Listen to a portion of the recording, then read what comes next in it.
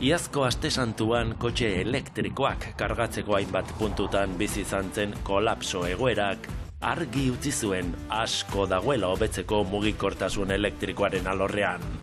Eta kontua, ez da karga puntu nahikoa dagoen edo ez.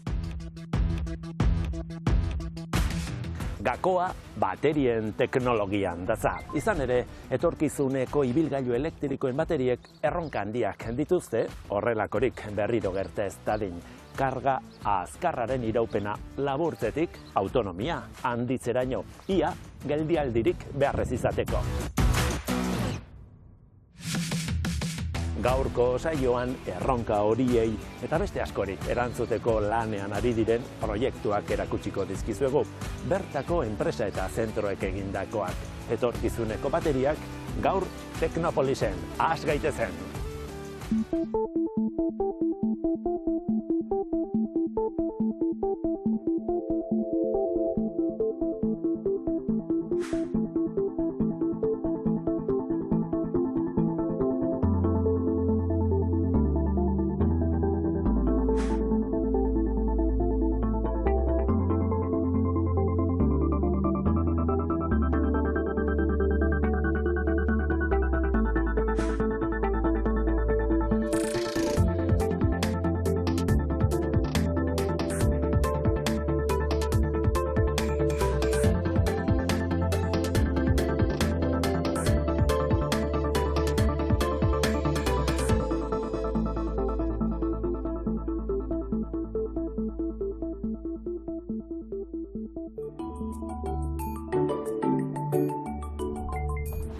Unai Iraolak hamarkada terdi darama bateriak gertutik ikertzen. Hain zuzen ere, potentzia handiko aplikazioetan litio-ioizko baterien optimizazio elektrokimikoaren erabilerari buruz egin zuen bere doktoretesia Mondragon Unibertsitatean. Harrezkeroztik baterien erronka berriei erantzuten lanean ari da bere ikerketa taldearekin. Eta ez dira gutxi. Gaur jarriko diogun erronka izango da ibilgailu elektrikoen bateriek dituzten arazoak eta soluzio posibleak ulertzen laguntzea. Kaixo Unai, egunon, zeintzuk dira gaur egun bateriek dituzten arazorik nagusienak? Alde batetik presioa, daola. Azkenean, ibilgailu elektriko batera baldin bagoaz, presioak bastante altuak dira, konparatu da horrengo kotxe batekin. Beste alde batetik esango nuke autonomia. Ohituta gaude autonomia handiak edukitzera eta kotxe elektriko baten gaur egun ez ditugu hainbesteko autonomiak lortzen. Eta gero daude beste bi gai interesgarriak bai, bada seguridadia, detaile importante bada, eta azkenik biziraupena, ez? Azkenean gaude ohituta gure kotxiek edukitzera biziraupen handitxo bat, eta lortu behar dugu kotxe elektriko batekin berdina edukitzea. Has gaitezen karga abiadurari buruz hizketan, seguruenik jeneak esango du motel xamarra dela. Zer esango zenieke? Baietz, asuntua da, zuk bizkor kargatzen badezu, kargatu dezakezu, baina kontran eduki dezakezu degradazio maila altuago bat. Orduan, claro, zuk kargatu dezakezu bizkor, ez dakit 20 minututan eduki dezakezu kotxea kargatuta, ja salto bat dago gaur egun kotxietatik kotxe elektrikoetara, baina kargatzen baduzu motelago asko zobia da. Orduan aldozun guztietan kargatzen baduzu poliki, esan genezake, hobeto eukiko duzu bateria zure bizitzan ziar. Eta zer faktorek eragiten du karga bizkorra edo motela izate horretan? Azkenean teknologiaren kontu bada. Azkenean bateria baten barruan hainbat material ditugu eta estruktura konkretu badakagu baterien barruan, eta material horiek zelabait limitatu egiten digute karga bizkor hori. Alegia, bateriaren beraren ezaugarrik ezartzen dute kargaren bizkortasun hori, ez da? Bai. Adibidez, nik azpimarratuko nituzke 3 teknologia litio-ion familiaren barruan. Diala NMC teknologia, dentsitate oso altua daka, edo altuena, bitxienez. Orduan, esan genezake espazio berdinean energia gehiago metatzen dezula teknologia horrekin, baina aldiz ez da inona bizkor kargatzeko.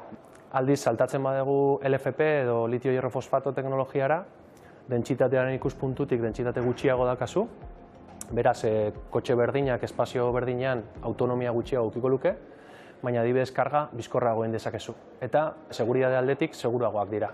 Eta gero dakazu litio titanato, dela beste teknologia pixkat diferenteagoa, eta horretan bebai bizkor kargatu dezakezu, bizitza oso luzia daka eta oso segurua da, baina presioan asko juten zen. Beraz, alde batetik irabazten duzuna beste alde batetik galtzen da. Claro, eta autonomian konkretuki, kotxe elektriko baterako, bi teknologia horiek pixkat hobiak dienak kargatze aldera, egisa da, autonomia aldetik galdu egiten dezula. Horreka bilatzea, izango da azkenan helburua.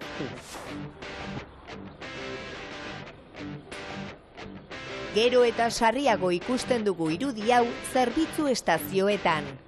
Erregai hornigailu ezkain, ibilgailu elektrikoak kargatzeko puntuak. Batzuei eta besteei erreparatuz, nabarmena da erregai zornitzera datozenak asko denbora gutxiago behar dutela kargatzera datozen auto elektrikoek baino. Eta hori arazoa izan daiteke bidaia luzea egin behar bada adibidez, eta behin baino gehiagotan kargatu behar bada kotxearen bateria, bidaia luzatzen du horrek. Eta hori ibilgailu elektrikoek karga bizkorra erabiltzen dutela. Baina karga bizkorrak ere badu zer hobetua, eta horri heldu nahi diote Mondragon Unibertsitatean Azkarra proiektuarekin. Soluzioak 3 gairen inguruan garatzen ari dira. Ibilgailuaren bateria, karga puntuak eta sare elektrikoa. Izan ere, arazoa konplexua da eta elementu bati baino gehiagori eragiten dio.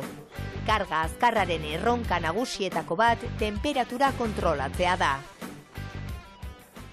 Temperatura izaten da handicap handiena bateriak azkar kargatzerakoan, hotzean kargatzerakoan bateria asko degradatu alda, eta kontrako efektuera gertatzen da, azkar kargatzeratik asko berotzen da, eta hor gertatu aldana da, bateriak temperatura oso altuak gertatzea bertan. Horretarako gaude gure proiektuan ebaluatzen, nola lortu aldegun bateriak egoki kargatzea, batez ere kondizio zail, termikoki zail diren kondizio horietan. Azkarra proiektuan algoritmoen bidez kontrol sistemak garatzen ari dira. Batetik, bateria kargatzeko une egokia zein den jakiteko. Eta bestetik, bateriaren bizitza luzatzeko eta bere erabilera optimizatzeko zein karga sistema erabili behar den jakiteko. Bateriena ez da Azkarra proiektuan konpondu nahi duten arazo bakarra. Kargalekuetan dauden kargagailuak askotan elementu handiak dira, garestiak eta potentzia handia eskatzen dute. Kargagailu arinagoak, merkeagoak eta eraginkorragoak lortu nahiko lituzkete. Gakoa garatzen ari diren bihurgailua. Gure helburua da beste bihurgailu mota batzuekin potentzia berdina ematea, baina elementu gutxiago erabilita, bihurgailuak efizienteagoak egitea, eta horrela lortuko duguna da karga azkarra ere jende gehiagori eramatea. Eta bigarrena izango zen gure efizientzia energetikoa maximizatzea.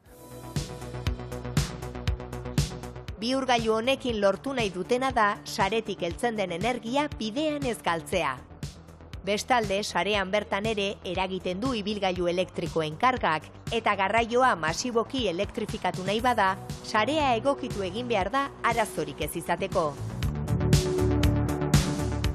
Bi ikuspuntutatik egongo litzateke arazoa. Aldi batetik gain karga egongo litzakelako puntu zehatz batzutan, eta orduan horrek eragingo luke adibidez sare distribuzio saretako kongestio batzutan, azkenean distribuzio sareak dimentsionatuta dare potentzia edo korronte fluxu batzuk mantentzeko, eta hortik haratago ezin gara joan.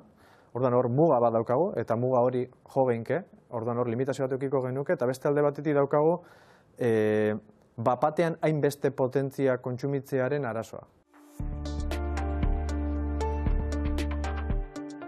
Karga puntuak hobetzeko garatzen ari diren bihurgailuak sareari ere mesede egin diezaioke. Adibidez, sarean bat-bateko tentsio aldaketa bat gertatzen denean, bihurgailuak segituan erantzuten du aldaketa horren eragina txikitzeko.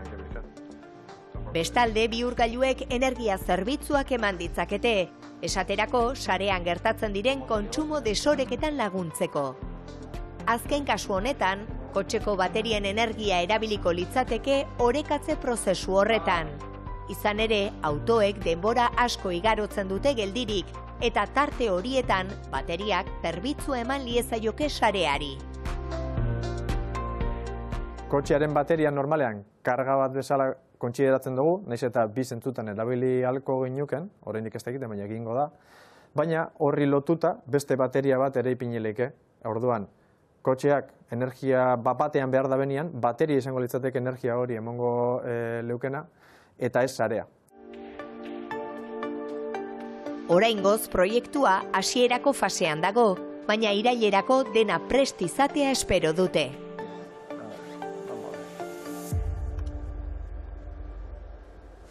Karga bizkorra lortzea bezain garrantzitsua izango da autonomia. Hala ere zein da lehentasuna? Nik esango nuke, nire ikuspuntutik karga bizkorra dela nire lehenengo prioritatea hori izango zen. Azkenian bai lortzen direla autonomia batzuk, esan genezake gure erabilera normalerako egokiak direnak. Bai egia da, ohituta gaudela aukitzera autonomia oso handia gaur egungo kotxe baten, eta gero egunerokotasunean ez dugu autonomia hori erabiltzen. Eguneko 80an erabiltzen badugu, ez dakit, 100 kilometroko autonomia egunero, igual ez dugu behar 800 kilometroko autonomia dakan kotxe bat, ez? Aldiz karga azkarra, nik uste oso zaila izango dela, konbentzitzea norbait erosteko kotxe elektriko bat, esaten badiogu, kargatzen duen bakoitzean ordu bete egon behar dalaan itxuitu. Hala ere autonomian izugarria arita aurreratzen teknologian, zeren bueltan dabiltza azken bateriak. Egia da azkenen urtietan, jungarela hobetzen litio-ion teknologia bera, baina esaten danez, ja limitera heltzen ari gara.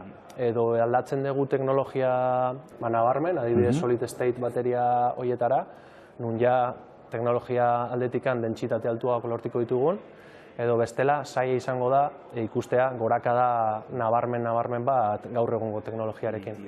Energia dentsitatea zuzenean lotuta dago autonomiarekin, ez da faktore horrek eta zer beste faktorek agintzen dute autonomia luzatze edo edatze horretan. Temperaturak eragiten dio asko autonomiari. Zuk normalean temperatura altuak baldin badazkazu, autonomia altuago auki dezakezu kotxean. Gero eta beroago egon, zelabait baterian barruan pasatzen diren gauzak, bizkorrago pasatzen dira eta autonomia auki dezakezu. Baina penalizatu dezakezu degradazioa. Bateria oso bero baldin badago, poliki-poliki degradatu egiten da. Eta aldiz, temperatura oso hotza baldin badakazu, egia da bateria horrek sufridungo da bela eta ikusiko duzula zelan zure autonomia asko jaisten den. Orduan temperatura esango nuke oso importantia dela. Horregaitik kotxe barruan, kotxe elektrikoen barruan, eukiko duzu sistema termiko bat, gestore termiko bat, bateria berotu eta hozteko, temperatura egoki baten mantentzeko. Ez dakit oreka zaintzeko zer egin horretan bateriek duten burmuina den gakoa, ez? Bai, bateriak eramaten du Battery Management System deitzen dana, azkenean da plaka elektroniko bat, mikrokontrolador batekin, eta hor barruan programatuta beran logika eta inteligentzia duten da. Inteligentzia horretan barruan programatu beharko da adibidez, zuk karga bizkor bat egiten badezu, ze uste dezu zure aplikazioan dako, onuragarria dela, ikusi beharko dezu gero, zela egin karga bizkor horri, ahalik eta degradazio gutxien jasata, ez? Orduan, inteligentzia hori sartzia gure Battery Management Systemetan, izango da erronka oso importante bat bai.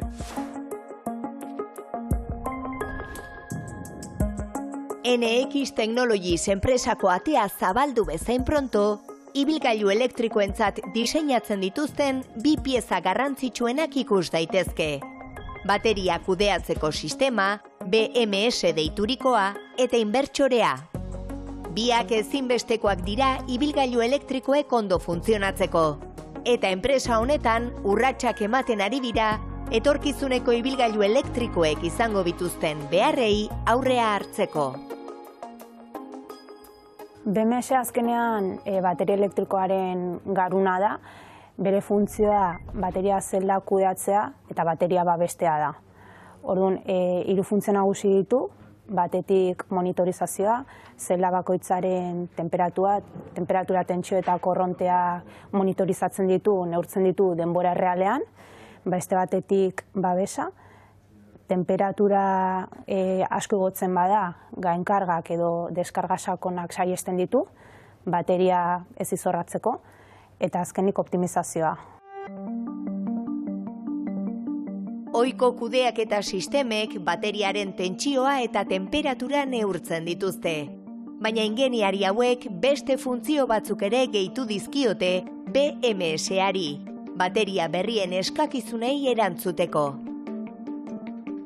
Ez da mugatzen gutxieneko eginkizunetara, eta ibilgailuko beste azpisistema batzuekin baita ere harremanetan ibiltzen da, eta horrek efizientzia eta segurtasuna beste maila batera eramaten du. Hala nola, kontaktore batzuk sistemak haien artean lotzeko edo askatzeko, arazo batean egon ezkero, beste neurketa batzuk ez direnak ez tentsio eta temperatura, baita resistentzia izango litzateke ez, zein isolatuta dagoen sistema bestetik, oso funtsezko eginkizun bat dela.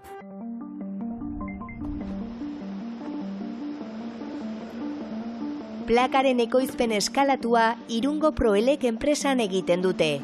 Ia dena automatizatua dago, azken pieza da eskuz erasten den bakarra.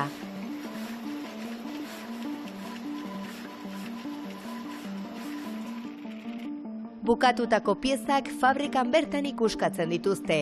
Eta ondoren, NX Technologieseko egoitzan berriro egiaztatzen dute ez dutela inongo akatsik. Bateria kudeatzeko sistemaren garapena aurreratua badago ere, hobetzeko aukerak ez dituzte baztertzen. Erronka handia BMS-a diseinatzerakoan da, BMS bakar bat diseinatu, baina aplikazio guztietan erabili daitekena eta aplikazioetara moldatzen dena, ez? Horretarako malgutasuna duena. BMS-a bateriaren burmuina baldin bada, motor elektrikoaren bihotza inbertsorea da. Bateriek energia biltegiratzen dute eta inbertsoreak egiten duna da energia hori eraldatu motorrari emateko behar duen momentuan eta moduan ibilgailua mugitzeko. Efizientzia lortzea da helburu nagusia. Horretarako, inbertsoreak bateriatik iristen den korronte zuzena, motorra elikatuko duen korronte alterno bihurtzen du denbora errealean. Gainera, motorrari agintzen dio nola eta noiz mugitu behar duen. Lortu dugu indar berdina ematea, potentzia berdina izatea, baina produktu konpaktuago bat lortuz. Azkenean arinagoa da eta baita ere gure bezeroek produktu hau bere ibilgailuetan integratzean erraztasunak dituzen tamaina oso garrantzitsua da integrazioa egiteko momentu hortan. BMS eta inbertsore belaunaldi berriek lagunduko dute ibilgailu elektrikoen bateriak efizienteagoak izan daitezen eta autonomia handiagoa izan dezaten.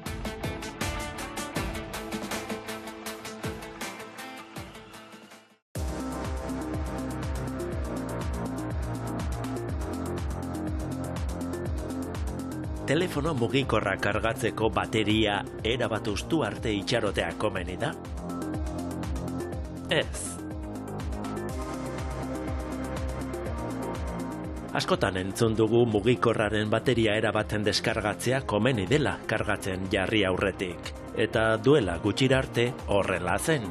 Bateriek memoria efektua zutelako. Litio-ioi bateriak iritsi direnetik ordea, ez da komeni bateria zeharo usterik. Bateria berriak karga ziklo jakin bat jasateko daude diseinatuak. Gainera, erabat usten direnean, litio-ioizko bateriek kalte kimikoa jasaten dute. Energia gordetzeko gaitasuna galduz. Hortaz, zure bateriaren osasuna zaindu nahi baduzu, ez utzi karga 120tik jaisten. bateria mota ezberdinak daude, baina badago aurrerapena, ez da, baterien eskema horretan. Bai, azkenean berun-aziozko bateriak orain dela urte pila bat erabiltzen dira, eta egia da aplikazio konkretu batzuetan dako egokiak direla. Baina kotxe elektrikoak mugitzeko ez dute balio. Kotxe elektrikoak mugitzeko balio dute, baina ez dira probetxuzkoak. Azkenean pisu asko sartzen duzu kotxean, eta gero energia dentsitate aldetik autonomia emateko kotxeari oso limitatuak dira. Gero nikel familiako bateriak bai egon dira, oin gutxiago erabiltzen dira. Nikel kadmioa egon zen bere garaian, baina kadmioa oso kutsakorra da, eta saiatzen gara ez erabiltzen. Nikel metal hidruroa egon zen bai, baina egia da litioarekin konparatzen badegu, ez dakala inbesteko energia dentsitatea, sistema bai konplejoagoa da, eta litioarekin geratu gara azkenean mugikortasunerako. Litioa dago modan, bai. Ez da zergatik da erabiliena. Bai, azkenean prestazioak begiratzen badituzu beste familiekin konparatuta asko hobeak direlako. Bai dentsitatean, energia dentsitatean, bai potentzia emateko, azkenean mugikortasunean bai, azeleratzeko behar duzu potentzia maila altu batzuk, eta beste teknologietan ez dituzu hainbeste lortzen, eta gero bizitzaren ikuspuntutik bai, bastante onak dira teknologia, litiozko teknologia hau. Orduan nik esango nuke egokienak direla. Hala ere, badago arazo bat, ez? Erreala dena da litioa eta beste konposatu batzuk eskuratzeko zailak direla, ez? Eta horregatik, ikerketa gaur egun erabiltzen diren materialak edo konposatuak ordezkatzeko. Azkenean, litioa lortzia ez da erresa, eta gainera esaten dute oso limitatua izan daitekela asko erabiltzen badegu. Eta hor adibidez tendentzia interesgarri bat da ona teknologia berrietara begira, da erabiltzea sodioa. Baina, beti bezala, dentsitatearen ikuspuntutik ez dira litioa bezalakoak, eta oraindik ez da lortu biziraupena izatea litioan bezalakoa. Orduan, esango nuke oraindik ez dugula ikusiko mugikortasun elektrikoa. Baterien beste erronka bat izan daiteke, eta halaxe da bateriak beren bizitza erabilgarria bukatzen dutenean zer egin. Bateria hori hartu daiteke, erartzen da, eta erabiltzen da bigarren bizitza bat ematen zaio. Bigarren bizitza bat azkenean da sartzia bateria horiek aplikazio baten nun demanda hori ez da hain altua, potentzia aldetikan eta energia aldetikan ez da hain altua. Adibidez, energia fotovoltaikoa metatzeko planta baten, behar duzunean bateria batzuk hor jartzera. Hori da lehenengo irtenbidea, eta gero bestia da birziklapena. Zuk ikusten badezu bateria hori jazta hola ez da bigarren bizitza baterako, beste aukera bat da birziklatzia. Bai egia da, birziklatzen diren bateria horietatik ehuneko 98, 99 birziklatu daitekeela.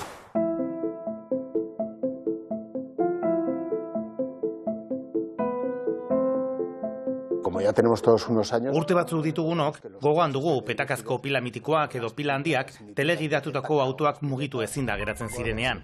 Hala ere, aplikazio simpleago batean jarri, urrutiko aginte batean adibidez, eta funtzionatzen zuen. Logika hau antzerakoa da. Ibilgailu elektrikoetan erabiltzeko, jada balio ez duten baterientzat bigarren bizitza bilatzen dute hemen. Horrela, bateriak ez dira hondakin bihurtzen, eta bestelako erabileraren bat izateko prestatzen dira. Automozioaren eta energia berriztagarrien arteko zubilana egiten dugu. Punta-puntakoak gara baterien berrerabilpenean, lehen gaiei zentzuzko erabilera emanez. Para que faciliten ese uso sensato de las materias primas. Jasotze duguna da olako ibilgailu baten bateria, batzutan osorik, beste batzuetan ja dagoeneko desensamblaturik eta moduluetan banatuta. Eta modulo horietatekan abiatuta, guk egin behar dituguna berriz multzoka elkartu, eta tentsio eta kapazitatea handiagoa duten bateri pako, bateri sistema handiago bat sortu, gero aplikazio bakoitzaren eginkizunetara hobeto finkatzen dena, hobeto egokitzen dena. Erabilitako bateriak berregokitzeko lana laborategian hasten da. Bateriak karakterizatzen. Prozesu honetan baterien egoera elektrikoa probatzen da. Funtsean ikusten da zenbateko kapazitatea gelditzen zaien, zer potentzia eta zenbat iraun dezaketen. Izan ere, denboraren eta erabileraren poderioz bateriak degradatu egiten dira. Azterketa horretatik abiatuta, produktu berriak diseinatzeko faseari ekiten zaio. Taldeko pertsona asko biltzen dituen etapa da, hainbat ezagutza arlo biltzen dituelako. Fisika, kimika, ingenieritzak eta baita informatika ere.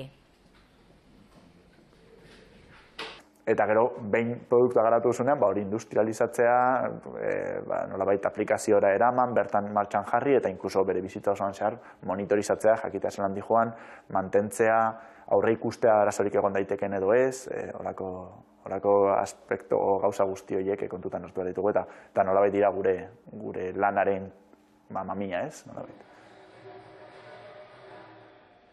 Baterien modulu berriak Abantek enpresan fabrikatzen dira. Muntaketaz gain aurretik diseinatutako ekipoak probatzen dituzte hemen. Ese test de final de línea que nos garantiza. Amaierako test horrek bermatzen digu merkaturatzen ditugun produktuek muntaia zuzena, trazabilitate egokia eta eragiketa parametroak dituztela, gure bezeroen beharren arabera.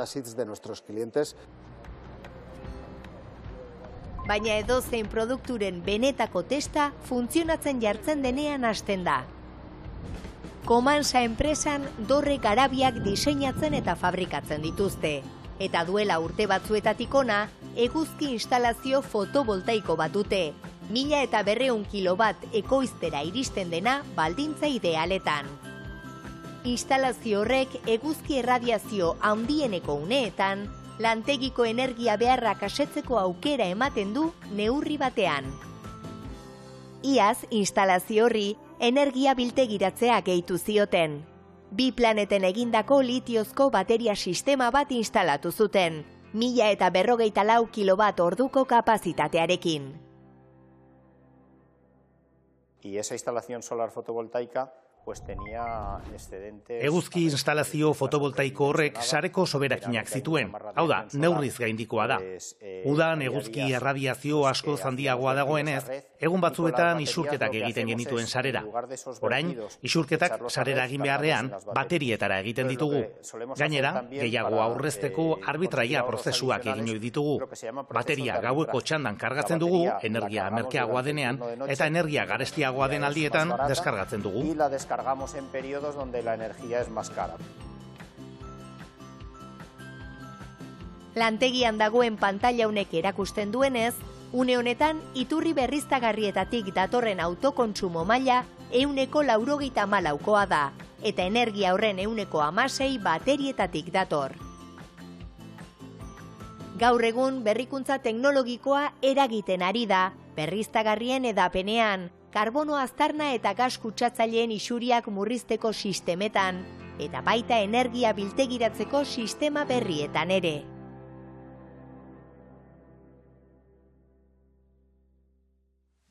Gaur egun teknologia berriak garatzen ari dira, hori erakutsi dugu gaurko saioan, baina ez teknologia berrik ekarri dezakete benetako iraultza baterien munduan. Nik uste dut pasatu behar garela teknologia berri batera. Bai egia da saiatu behar garela etekina ataratzen, gaurko teknologia horrek.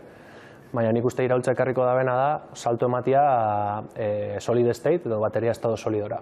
Hortik etorriko da iraultza, benetako iraultza. Benetako bai.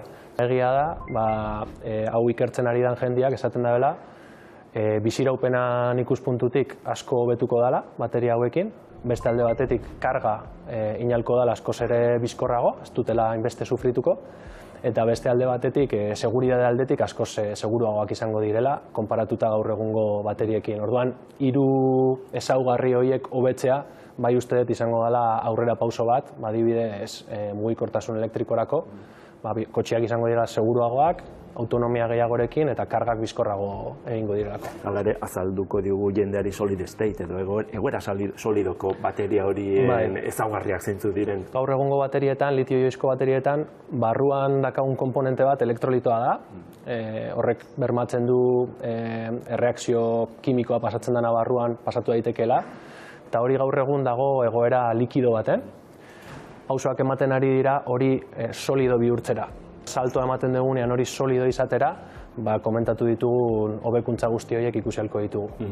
Demagun hemendik 10 urtera Kadizera joan behar dudala oporretan. Nolakoa izan daiteke bidaia hori? Nik nahiko nuke 10 urtetan karga bat egin behar izatea, hori bai, ze azkenean Kadiz urrutirago.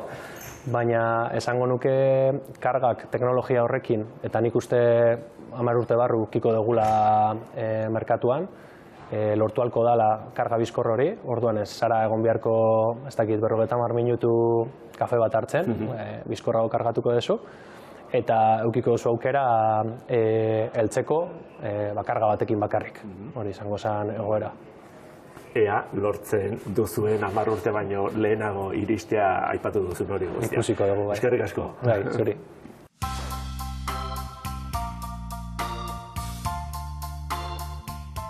Behar bada, inoiz asmatu den bateriarik onena da giza gorputza.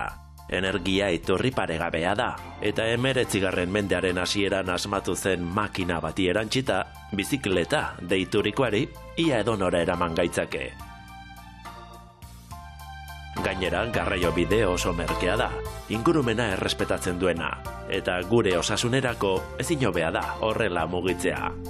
Eta pixka bat zaintzen badugu, bateriak bizitza osoa iraungo digu. Datorren astera arte, agur!